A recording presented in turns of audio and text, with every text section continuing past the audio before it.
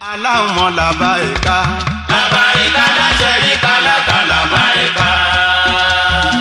Allahumma labaika. Labaika la sharika laka labaika.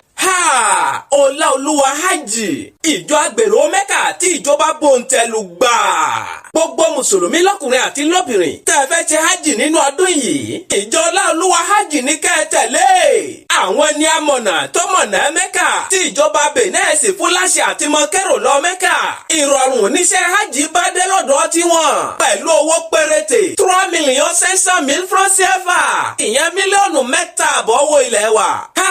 Ẹ̀rí pé tẹ̀bí tara ni ó lọ Mẹ́kà tọdún yìí. Wọ́n ní ìforúkọsílẹ̀ táwọn olóyìnbó ń pè ní inscription ti bẹ̀rẹ̀ báyìí lójúlé iṣẹ́ Ola Oluwa Hajj títí di ọjọ́ 18 oṣù karùn-ún ọdún tá a wà yìí, ìyẹn 18 Mai 2023. Ẹ tara ṣàṣà kẹ́ ẹ mọ bọ̀ ní ẹ̀ka ilé-iṣẹ́ wọn tó wà nílùú Àjàṣẹ́ Porto Novo ní àdúgbò Dòjì.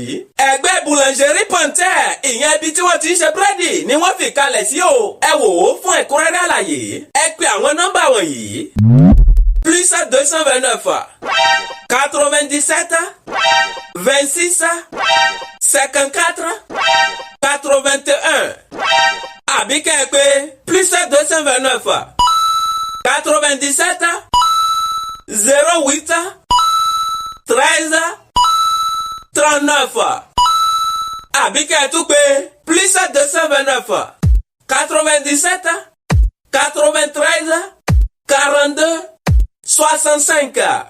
Ola Oluwa Hajj, ìjọ tó ṣe é fọkàn tán láti lọ Mẹ́kà.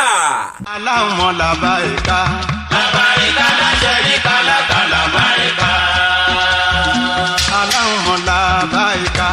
Labaika la sharika laka labaika.